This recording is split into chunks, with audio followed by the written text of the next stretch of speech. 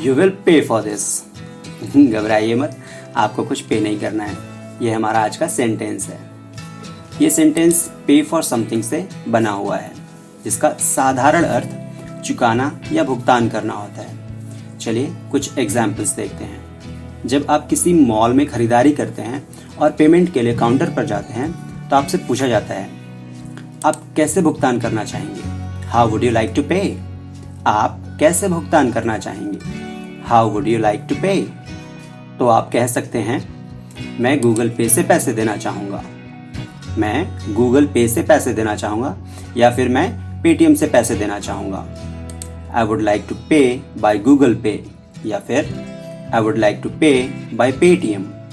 तभी अचानक से आपकी गर्लफ्रेंड आकर पूछती है आपसे, सैम क्या तुमने लंच के पैसे दे दिए हैं? Sam have you paid for the lunch? Sam क्या तुमने लंच के पैसे दे दिए हैं? Sam have you paid for the lunch? तो अभी तक आपने पे का साधारण अर्थ समझा, अब इसका फिगरेटिव मीनिंग समझिए। चलिए कुछ एग्जाम्पल्स देखते हैं। रीटा, हमें धोखा देने की कीमत तुम्हें चुकानी होगी। Rita, you will have to pay for double crossing us. Rita, हमें धोखा देने की कीमत तुम्हें चुकानी होगी।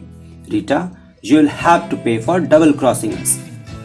खास तौर से ऐसा प्रयोग तब किया जाता है जब कोई व्यक्ति किसी के साथ गलत करता है और बदले में उसे उसकी सजा भुगतनी पड़ती है। चलिए कुछ और एग्जाम्पल्स देखते हैं और इसे अच्छे तरीके से समझते हैं। ये तुमने ठीक नहीं किया, तुम इसकी कीमत जरूर चुकाओगे।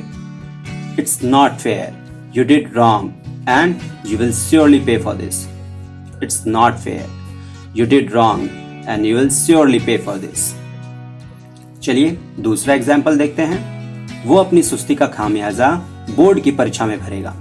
वो अपनी सुस्ती का खामियाजा बोर्ड की परीक्षा में भरेगा। He'll pay for his laziness in his board exams. He'll pay for his laziness in his board exams. चलिए कुछ और सेंटेंसेस देखते हैं। विनोद ने मर्यादा लांघ दी है, अब उसे इसका खामियाजा भुगतना ही पड़ेगा। Vinod has crossed the limit, now he'll have to pay for this. Vinod has crossed the limit, now he'll have to pay for this.